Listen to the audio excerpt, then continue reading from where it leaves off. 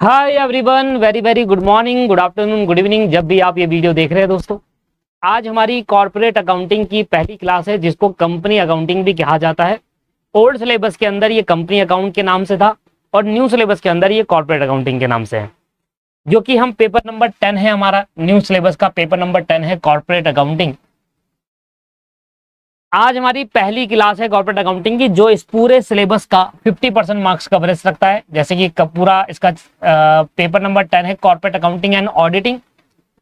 तो corporate accounting वाला part मैं आपका देखूंगा, जो कि 50 मार्क्स कवर करता है, आपका 50 मार्क्स का कवरेज रखता है। आज की इस क्लास के अंदर सबसे पहले तो हम डिस्कशन करेंगे कि सिलेबस के अंदर हमारे पास क्या क्या चीजें हैं डिटेल में, प्लस हम अपने सिलेबस को किस तरीके से कवर करेंगे, क्या क्या चीजें सिलेबस के अंदर कवर रहेगी, क्या स्टडी मटेरियल के अलावा भी कोई और बातें भी कवर रहेगी, ये भी हम इस बात में कवर करेंगे। तो देखा जाएगा एक ओवरव्यू सिलेबस का कि क्या है, समझ के चलिए। अगर आप पहली क्लास देख रहे हैं तो बिल्कुल एक नई फ्रेश कॉपी बनाइए और उसको अपने हैंड पे लिखिए, क्योंकि कॉर्पोरेट अकाउंटिंग में देखिए लिखवाने का काम भी काफी ज्यादा है। तो 3 चीज रहेगी इस पर्टिकुलर तरीके से। मेरा जो पढ़ाने का वे है मैं आपको समझा देता हूँ एक बार। पढ़ाने का तरीका कुछ इस तरीके से रहेगा कि कॉर्पोरेट अकाउंटिंग के अंदर अगर हम बात करें तो इसके अंदर थ्योरीज भी काफी है, ठीक है, जो पेपर में कई बार पूछी जाती है। प्रैक्टिकल पार्ट भी काफी है। तो समझ लीजिए अगर 50 मार्क्स का कॉर्पोरेट अकाउंटिंग आएगा तो लगभग 45 से 40% प्रैक्टिकल रहता है और 15 से 10 से 15% आपके पास थ्योरेटिकल पार्ट भी रहता है। तो उस चीज को कवर करने के लिए आपको अलग से थ्योरी नोट्स भी दूंगा, जो कि सिर्फ थ्योरी के लिए होगा। पर देखिए कुछ चीजें होती है जो ऐसे नहीं होता कि कैसे कि थ्योरी से दे दिया। देखिए किसी भी कॉन्सेप्ट को समझाने के लिए उसका बेस थ्योरी भी पढ़ाया जाता है। अगर मैं कोई क्वेश्चन आपको कराऊंगा या मैं आपको कोई प्रैक्टिकल क्वेश्चन समझाने जा रहा हूं तो उसका थ्योरी बेस भी तो पता होना चाहिए। जैसे कि अगर हम बात करें शेयर कैसे इशू होता है, उसका बेस भी तो पता होना चाहिए। सीधा इशू ऑफ शेयर की जनरल एंट्री तो ना करा दूंगा, समझ रहे आप। तो इस तरीके से तो एक वो थ्योरी हो गई जो प्रॉपरली थ्योरी है और उससे प्रैक्टिकल से कोई मतलब नहीं है, इसके तो आपको नोट्स प्रॉपर मिलेंगे। एक वो थ्योरी होती है जिनको करने से हमारा प्रैक्टिकल में कहीं ना कहीं इफेक्ट पड़ता है, मतलब अगर वो समझ में आएगा तभी हम प्रैक्टिकल चीजें आगे कर पाएंगे। एक वो थ्योरी है, वो आप साथ साथ मेरे साथ साथ यहाँ पर लिखेंगे। ठीक है सर, समझा दिया है मैंने। चलिए तो एक बार हम सिलेबस देखते हैं कि हमारे इस पूरे नए सिलेबस के अंदर क्या क्या है जो कि 50 मार्क्स के अंदर कवरेज करता है। पहला हमारा मॉड्यूल 1 है, पहला मॉड्यूल 1 है हमारा। मॉड्यूल अगर हम बात करें 1 की, अच्छा मॉड्यूल 1 से पहले मैं आपको ये चीज बता देता हूं कि हम क्या क्या चीजें कवर करने वाले हैं। देखिए सबसे पहले तो जो हमारी स्टडी मैट के अंदर थ्योरी दे रखी है वो पूरी की पूरी हम कवरेज करेंगे, स्टडी मैट की थ्योरी कवर करेंगे। इसकी आपको अलग से पीडीएफ में दे दूंगा मैं थ्योरी की, और एक समराइज फॉर्म में थ्योरी होगी। इसके अंदर स्टडी मैट की कुछ थ्योरी जो अननेसेसरी डाली है, मतलब जो हमारे पेपर के लिए इतना रेलिवेंट नहीं है, उसको हटा दूंगा। जो लॉन्ग थ्योरी है उसको शॉर्ट करूंगा, अपनी लैंग्वेज में लिखूंगा जिससे आपको इजी रहे याद करना। इसके बाद थ्योरी कवर हो जाएगी प्लस प्रैक्टिकल। पूरा स्टडी मैट के जितने भी क्वेश्चन है हमारे, आपको पता है अगर आप मेरे को पहले से जानते हैं या मेरी क्लास भी आपने इंटर ग्रुप 1 में ली थी तो आपको पता है मेरा फोकस कहाँ रहता है, स्टडी मटेरियल में, स्कैनर्स के अंदर, वर्कबुक्स के अंदर, मॉक टेस्ट पेपर के अंदर, इन पे फोकस रहता है, क्योंकि मुझे पता है पेपर यहीं से आना होता है। हाँ स्टडी मैट, तो स्टडी मैट के अंदर जितने भी क्वेश्चन हैं वो सारे के सारे मैं आपको कराऊंगा। स्टडी मटेरियल के अंदर जितने भी क्वेश्चन हैं वो सारे के सारे कराऊंगा। बट दोस्तों क्या होता है स्टडी मैट के अंदर ना इस बार ज्यादा क्वेश्चन डाले नहीं है नई बुक के अंदर। अब धीरे धीरे अपडेट होगी बुक तो धीरे धीरे क्वेश्चन नंबर्स ऑफ क्वेश्चन बढ़ेंगे। तो शुरुआत में अब क्योंकि ये स्टडी मैट के अंदर इतने क्वेश्चन है नहीं, तो जो हमारा ओल्ड स्टडी मटेरियल है ना उसके क्वेश्चन भी हम साथ के साथ करते हुए चलेंगे। तो मैं एक कैसी क्वेश्चन की बुक बना दूंगा जिसके अंदर स्टडी मटेरियल के नए सिलेबस के स्टडी मटेरियल के क्वेश्चन भी मिल जाए, ओल्ड सिलेबस के स्टडी मटेरियल के क्वेश्चन भी सारे कवर हो जाए, प्लस पास्ट ईयर पेपर। अब देखिए नए सिलेबस के अंदर एक ही पेपर हुआ है, 2 पेपर हुए हैं, ऐसे होता है। अभी नंबर्स ऑफ पेपर बहुत कम हुए हैं, तो पास्ट ईयर का मतलब क्या हो गया, पास्ट में तो ओल्ड सिलेबस था, तो ओल्ड सिलेबस के ही क्वेश्चन हमें करने होंगे। और जितने नए नए पेपर होते जाएंगे धीरे धीरे उनको भी पूरा पूरा मैं कराऊंगा। तो पास्ट ईयर पेपर जिसको हम प्यार से स्कैनर कहते हैं वो भी हम कवर करेंगे, ठीक है। 2016 से कवर करेंगे सर, 2016 से, मतलब 2016 से ऑनवर्ड कवर करेंगे, मतलब 2016 सिलेबस एंड 2022 सिलेबस, इनके क्वेश्चन कवर करेंगे। अब नंबर्स ऑफ क्लासेस इसी में बहुत ज्यादा हो जाती है। यहां पर मैं वर्क बुक भी ऐड ऑन कर सकता हूं, पर कॉर्पोरेट अकाउंटिंग के अंदर वर्क बुक से पूछा नहीं जाता। अगर मैं अभी वर्क बुक खोल के दिखाऊंगा आपको, तो वो कहीं ना कहीं उन वर्क बुक के अंदर जो क्वेश्चन होंगे वो कहीं ना कहीं या तो स्टडी मैट से होंगे, कहीं ना कहीं या तो पास्ट ईयर पेपर से होंगे। तो अगर आप इतनी चीजें कर लेते हैं तो इनफ है। इसके बाद एमसीक्यू, तो देखिए क्वेश्चन के साथ साथ, जैसे एमसीक्यू जैसे जैसे चैप्टर होता जाएगा उसी के पीछे जो स्टडी मैट के एमसीक्यू वो साथ साथ में कराते चले जाऊंगा, क्योंकि बात के लिए रखना कोई फायदा नहीं है, हैंड टू हैंड कराते तो ज्यादा बेनिफिशियल रहता है। तो ये सारी बातें कवर होगी दोस्तों। इसके अलावा ये बहुत सारे क्वेश्चन हैं, आप समझिए इतने क्वेश्चन करने के बाद आपका पेपर बहुत अच्छा जाएगा। ये वाकई में बहुत सारे क्वेश्चन है इसके अंदर। इतने इसमें कम से कम अगर कहूं तो एक चैप्टर के अंदर होंगे 40 से 50 क्वेश्चन। अगर मैं इन सारी चीजों को कवर करता हूं तो एक चैप्टर के अंदर 40 से 50 क्वेश्चन कवरेज मिलता है आपको। तो ये पूरी कहानी है कि हम इस पर्टिकुलर चीज में ये करेंगे। इसके अलावा अगर आप कहते हैं कि कोई और चीज भी करा दीजिए, जो जी नई नई चीजें आती रहती है, मॉक टेस्ट पेपर करा दीजिए, तो वो ऐड ऑन कर देंगे अलग से। अभी के लिए मैं आपको इसकी कमिटमेंट देता हूं कि ये सारी चीजें मैं आपको कर दूंगा। आपको मैं एक क्वेश्चन की बुक दे दूंगा जिसके अंदर ये तीनों चीजें कवर हो जाएगी, तो आपको अलग से स्कैनर खरीदने की जरूरत नहीं है। पीछे ओल्ड स्टडी मटेरियल मेरी एक क्वेश्चन की बुक होगी, इसके अंदर आंसर सारे आपको पता है, अपनी बुक के मैं सारे आंसर कराता हूँ, सारे के सारे आंसर मैं क्लास के अंदर कवर करा दूंगा। इसकी आपको थ्योरी पीडीएफ दे दूंगा, और जो भी मैं लिखूंगा, जो भी मैं क्लास के अंदर लिखूंगा वो आपको साथ साथ लिखना होगा, नई कॉपी बनाकर। ये बात क्लियर हो गई। चलिए अब आ जाइए, हम बात करते हैं सिलेबस ओवरव्यू के। तो मॉड्यूल की अगर हम बात करें तो हमारे पास टोटल देखा जाए तो 5 मॉड्यूल है। पहला मॉड्यूल हमारा है accounting for share and debenture. पहला मॉड्यूल 1 है accounting for share and debenture. पता क्या होता है, अब बहुत सारे स्टूडेंट जो होते हैं वो किसी ने बीकॉम में पढ़ा होता है, और बहुत सारे स्टूडेंट ने सिर्फ 12वीं में पढ़ा होता है, बाकी में करा नहीं होता, क्योंकि बहुत सारे स्टूडेंट बीकॉम करते नहीं है। अकाउंटिंग फॉर शेयर सबसे पहला आपने पढ़ा था 12th क्लास के अंदर, ठीक है जी। 12th क्लास में सबसे पहले आपने अकाउंटिंग फॉर शेयर पढ़ा था, उसके बाद बीकॉम में पढ़ा था सेकंड ईयर में। अगर हम बात करें तो सेकंड या फिर सेमेस्टर वाइज बात करो, आपने पढ़ा था बीकॉम लेवल पर, बीबीए लेवल पर भी पढ़ा होगा।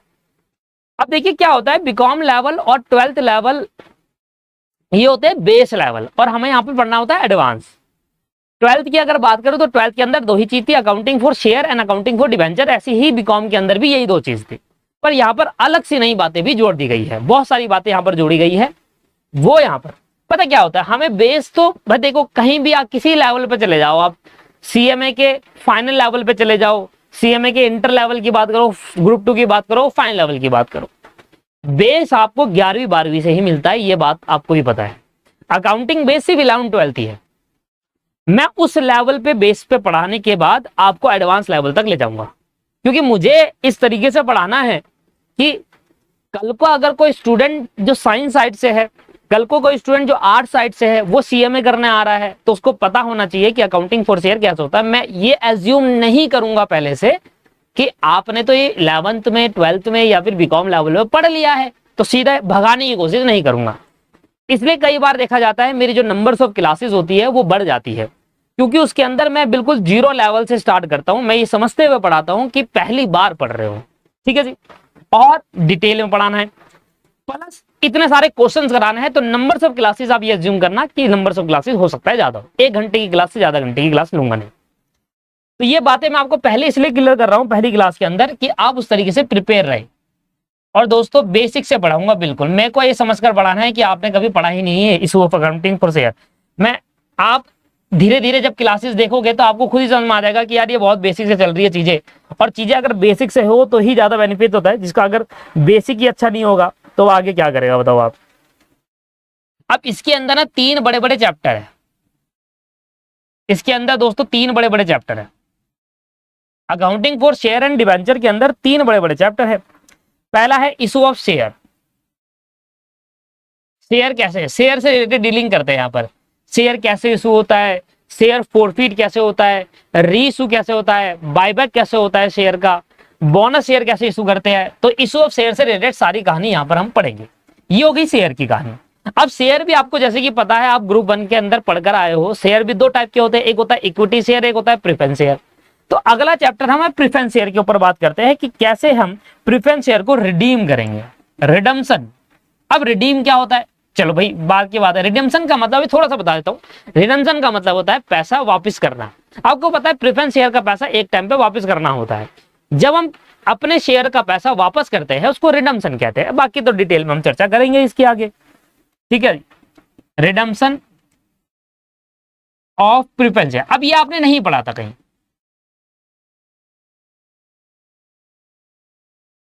Redemption of preference share, but साथ ही साथ इसके अंदर ये तो प्रेफरेंस शेयर को कैसे रिडीम करना उसके बारे में बताएगा, पर जो उसके अंदर मेन चैप्टर वो है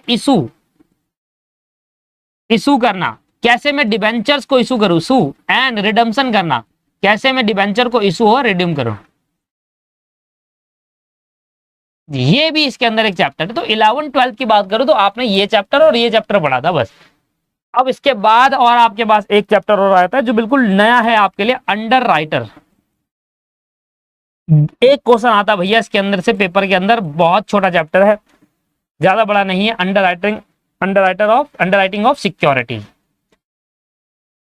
अंडरराइटिंग ऑफ सिक्योरिटीज। तो ये एक नया चैप्टर आपके पास जुड़ गया आपने ये। अब देखिए ये बेस है, जब ये वाला बेस क्लियर होगा, जब ये ऑटोमेटिक सबसे इंपॉर्टेंट चैप्टर अगर इस पूरे इसका सबसे इस पूरे अकाउंटिंग का, कॉर्पोरेट अकाउंटिंग का सबसे जो महत्वपूर्ण चैप्टर है वो ये वाला है।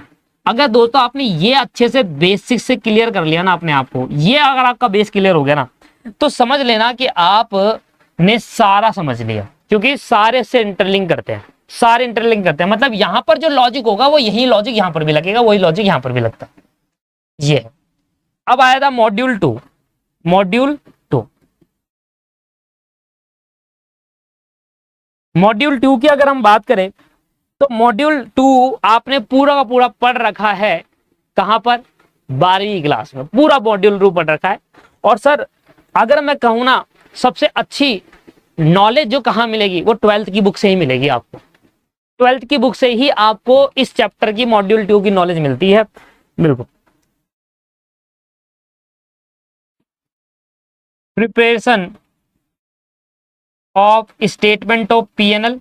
आपको पता है पहले हम पीएनएल अकाउंट बनाते थे सोल प्रोप्राइटरशिप के लिए, पर कंपनीज के लिए हम क्या करते हैं, पीएनएल अकाउंट नहीं बनाते, क्या बनाते हैं, स्टेटमेंट ऑफ पीएनएल बनाते हैं। यहां पर बैलेंस शीट भी अलग होती है ना, बैलेंस शीट भी अलग होती है। क्या होती है balance sheet? As per schedule 3rd। आपने 12th में ये भी पढ़ा हुआ है, एज पर शेड्यूल 3rd। अगर आप यकीन नहीं मानोगे दोस्तों, यकीन नहीं मानोगे, मैं आपको दिखा देता हूं। मैं सर 12वीं की बुक दिखा देता हूं आपको। ये देखिए सर 12th की बुक देख रहे हो आप सर, यही है बेस। किसी भी लेवल पे चले जाओ आप, पहली बार आपने कॉर्पोरेट अकाउंटिंग यही पढ़ी थी, यही है बेस। इससे आप ये अंदाजा लगा सकते हैं जो मेरी क्लासेस होगी उसके अंदर इसका बेस तो होगा ही होगा। और जो बेस इसमें है ना वो कहीं नहीं मिलेगा आपको, किसी भी बुक नहीं मिलेगी। आप किसी भी बड़े लेवल पे चले जाओ, इंटर में चले जाओ, सीएमए के, सीए के इंटर में चले जाओ, सीएस के इंटर में चले जाओ, फाइनल लेवल पे चले जाओ, जितना बेस इस बुक में है ना वो बेस आपको कहीं पर नहीं। बेसिक कह रहा हूं मैं। तो जो स्टूडेंट को बेसिक लेवल से पढ़ना है ना वो ये बुक उठाकर पढ़ेगा, वो मैं कराऊंगा इसके अंदर, सारी कवर करा दूंगा ये बुक के अंदर। ये सारा चीज मैं क्यों रखा हूं ये बुक, मैंने 12वीं के बच्चों को ढूंढा, मैंने कहा भैया मेरे को बुक दे दो यार, ये पढ़ाना है मुझे सीएमए इंटर वालों को। सारी कहानी यही है सर इसकी, ये है, ये आ गया ना सारा बेस, तो सीएमए इंटर कुछ भी नहीं है इसका, ग्रुप 1 ग्रुप 2 कुछ भी नहीं है भैया इसके सामने। ये बेसिक क्लियर हो गया तो ये ऑटोमेटिकली सारे क्वेश्चन ये पढ़ा करना, मैं आपको इसके सारे क्वेश्चन करा दूंगा इंटर की बुक के, बेस सारा वही है। ठीक है जी। तो हमें यहाँ पर स्टेटमेंट ऑफ पीएनएल और बैलेंस शीट, आपको पता है ना 12वीं क्लास की एक तीसरी बुक भी हुआ करती थी फाइनेंशियल स्टेटमेंट वाली, जिसके अंदर रेशियो, कैश फ्लो और हम ये स्टेटमेंट ऑफ पीएनएल और बैलेंस शीट पढ़ते थे। 12वीं क्लास ही है ये, इसको पता नहीं इंटर क्यों बोल दिया, समझ आ रहा है। 12th की आप टेंशन मत लीजिए, बिल्कुल क्लियर करके जाएंगे, मतलब आपका अच्छा बेस कर देंगे। और बताओ तो यहां पर हम क्या करेंगे, यहां पर हम वही पढ़ेंगे स्टेटमेंट ऑफ पीएनएल कैसे होगा और बैलेंस शीट बनाना सीखेंगे, जो कि एक एक आपको पता है शेड्यूल 3rd की बैलेंस शीट वर्टिकल होती है, हॉरिजॉन्टल नहीं होती। अभी आप लायबिलिटी और एसेट करते थे, अब लायबिलिटी और एसेट नीचे होता है, ये आपने पता है, थोड़ा बहुत आपको पता होगा। अब आपको पता है कि स्पेसिफिक फॉर्मेट होता है शेड्यूल 3 की बैलेंस शीट के अंदर कि शेयर होल्डर फंड ये वो करके फिर एसेट्स में कुछ फॉर्मेट होता है, उसी के अंदर लिखना होता है, हम अलग से नहीं लिख सकते। अभी तक हम क्या करते थे, एसेट उठाया, कभी करंट एसेट ऊपर, कभी liability current non current asset नीचे, कुछ भी डाल दो ऊपर नीचे, कोई फर्क नहीं पड़ता था। पर यहाँ पर आपको, पर वो एक एक पॉइंट जो है ना, वो चीज बहुत इंपॉर्टेंट होती है सर, एक एक पॉइंट आपका अब क्लियर है। तो इसके बाद आता है कैश फ्लो स्टेटमेंट, इसके बाद आता है कैश फ्लो स्टेटमेंट। ठीक है सर, कैश फ्लो स्टेटमेंट आ गया। मॉड्यूल 4, 5 मॉड्यूल है टोटल। मॉड्यूल 4 के अंदर आता है accounting for banking, accounting for sir banking company. आपको पता है बैंक भी एक कंपनी है, उन बैंक अपनी अकाउंटिंग कैसे करता है ये हमें सिखाएगा। आपको पता है इंश्योरेंस कंपनी होती है ना, LIC, मेडिकल इंश्योरेंस वाली कंपनी, इंश्योरेंस कंपनीज अपनी अकाउंटिंग कैसे करते हैं। एंड इलेक्ट्रिसिटी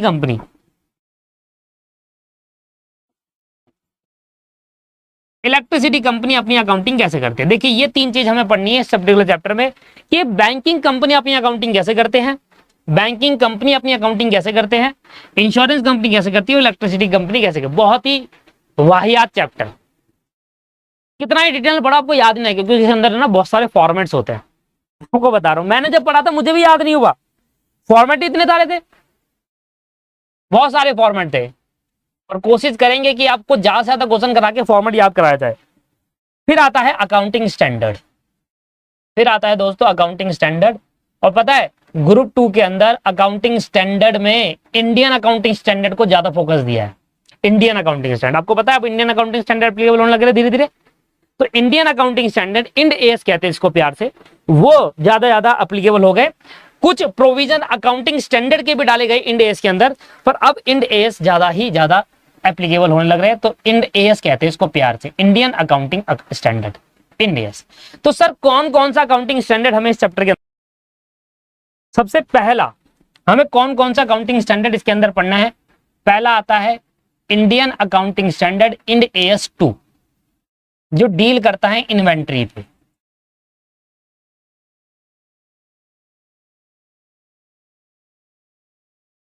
ये पहले ग्रुप 1 में हुआ करता था, इसको ग्रुप 2 में डाल दिया, पर इसके अंदर इंड AS का पार्ट है, ग्रुप 1 में AS होता था बस, इंड AS। तो ये हमारा आ गया पहला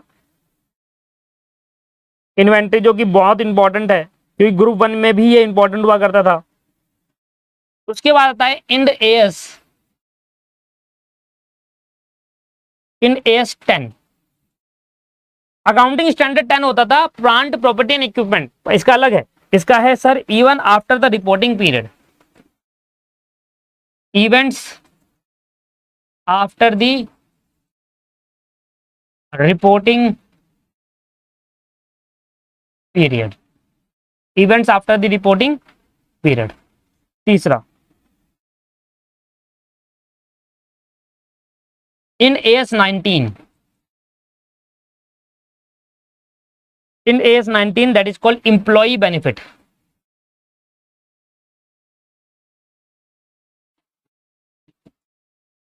employee benefit। 5 अकाउंटिंग स्टैंडर्ड है total.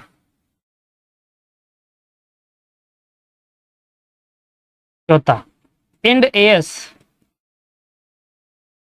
33 that is called earning per share, earning per share।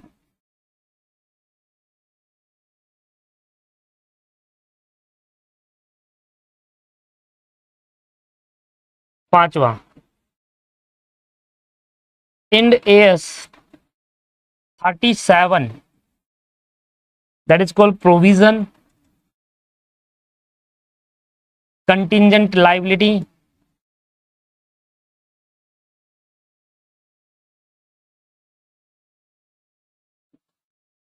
and contingent asset।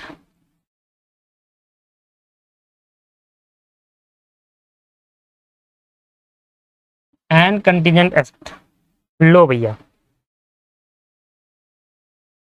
तो ये है आपका सिलेबस पूरा का पूरा, जिसके अंदर हम 5 अकाउंटिंग स्टैंडर्ड पढ़ते हैं, AS 2, इंड एस 2, 10, 19, 33 और 37। तो ये 5 अकाउंटिंग स्टैंडर्ड है। अब मान के चलिए सब में 2-3 क्लास लगेगी और खत्म हो जाएगा अकाउंटिंग स्टैंडर्ड। तो ये पर्टिकुलर पूरा आपका सिलेबस है जो आपके सामने मैंने प्रेजेंट करा हुआ है। मैं आपको बताऊंगा कि कहां कहां पर आपका नया पार्ट आता है। तो एक ये नया पार्ट आपके पास आता है, एक ये नया पार्ट आता है और एक ये नया पार्ट आता है, बस। बाकी सारा आपने 12th में पढ़ा हुआ है। इसमें कुछ पॉइंट्स आते हैं नए पार्ट के अंदर, बाकी सब आपने 12th में बेसिक पढ़ा है। बट कोशिश ये रहेगी आपको बेसिक से बिल्कुल पढ़ाया जाए। आज तो पहली क्लास है तो एक इंट्रोडक्शन देना था। सबसे पहले हमारा जो चैप्टर स्टार्ट होगा वो issue of share issue start करेंगे, बिल्कुल बेसिक से। पहले कुछ थ्योरी कराऊंगा आपको। देखिए मेरा पढ़ाने का तरीका थोड़ा डिफरेंट है, मैं आपको समझा देता हूँ कैसे पढ़ाना है मुझे। आपको पढ़ाने का तरीका ये होगा कि देखिए सबसे पहले मैं आपको, देखिए क्योंकि ये कॉर्पोरेट अकाउंटिंग है ना, क्योंकि ये क्या है, कॉर्पोरेट अकाउंटिंग है, तो इसके अंदर कंपनी लॉ जो आपने इंटर ग्रुप 1 में पढ़ा था लॉ के अंदर, तो उसका कुछ थ्योरी इसके अंदर आएगा, आपने वो पढ़ रखा है। अब मैं ये नहीं कहूंगा कि आपने नहीं पढ़ा, मैक्सिमम बच्चों ने पढ़ा होगा, बट कुछ स्टूडेंट डायरेक्टली ग्रुप 2 में आते हैं तो उन्होंने नहीं पढ़ा, बाकी सबने पढ़ा हुआ है। तो मैं आपको वो पर्टिकुलर थ्योरी यहां पर कराऊंगा जो अभी प्रैक्टिकल के लिए बहुत जरूरी है, ठीक है सर। जो दूसरी पर्टिकुलर थ्योरी है उसके साथ साथ मैं वीडियो बनाऊंगा, अलग से बनाऊंगा, उसके साथ साथ वीडियो बनाऊंगा, अलग से थ्योरी वीडियो।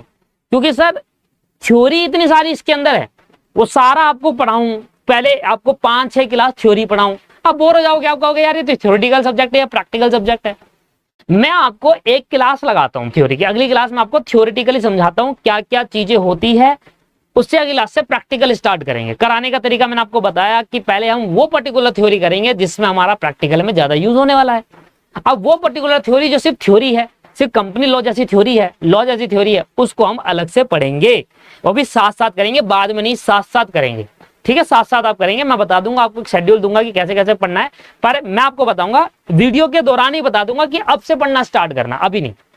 वीडियो के दौरान ही आपको बताऊंगा कि अब से पढ़ना आपको स्टार्ट करना है थ्योरी, अभी नहीं, ठीक है। तो पहले तो बहुत सारे स्टूडेंट ये सोचते हैं कि यार इतने हमारी बुक में स्टडी मैट के अंदर अलग है और सर पढ़ा रहे अलग, तो मैं भाई बेसिक लेवल से पढ़ाता हूं तो मुझे थोड़ा डिफरेंट चीजें बतानी पड़ती है ना। अच्छा, इसके अंदर मुझे एक और चीज ऐड होती है, इसके अंदर क्या है, एक्स्ट्रा क्वेश्चंस, जो कॉन्सेप्ट बिल्डिंग क्वेश्चन होंगे वो साथ साथ कराऊंगा मैं आपको, जिससे क्या होगा कि मेरे को छोटे छोटे क्वेश्चन लेने हैं जिससे आपके कॉन्सेप्ट को बिल्ड करूं, वो साथ साथ होंगे अलग से पार्ट में।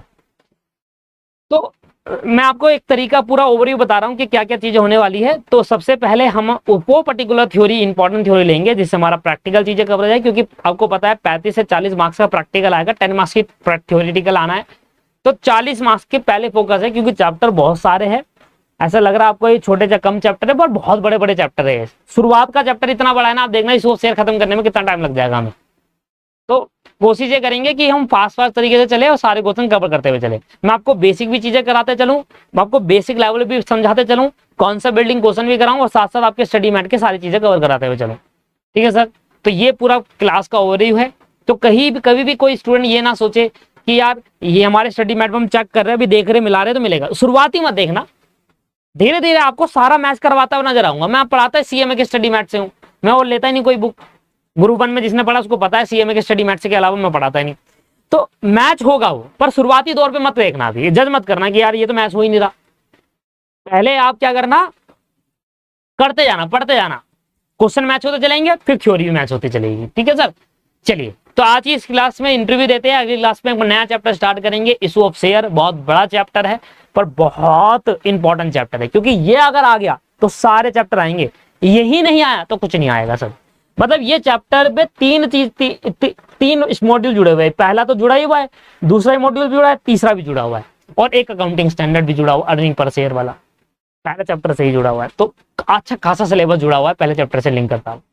मिलते हैं दोस्तों नेक्स्ट क्लास के अंदर। आज की क्लास में कोई भी आपको डाउट है, कुछ भी रिलेटेड टू कोर्स से रिलेटेड डाउट है तो मुझे पूछ लीजिएगा, ये वीडियो मैं यूट्यूब पर अपलोड करूंगा तो कमेंट कर दीजिएगा। इसके अलावा आज की क्लास को यहीं समाप्त करेंगे, नेक्स्ट क्लास में मिलेंगे। धन्यवाद नए चैप्टर के साथ, bye bye, take care, have a nice.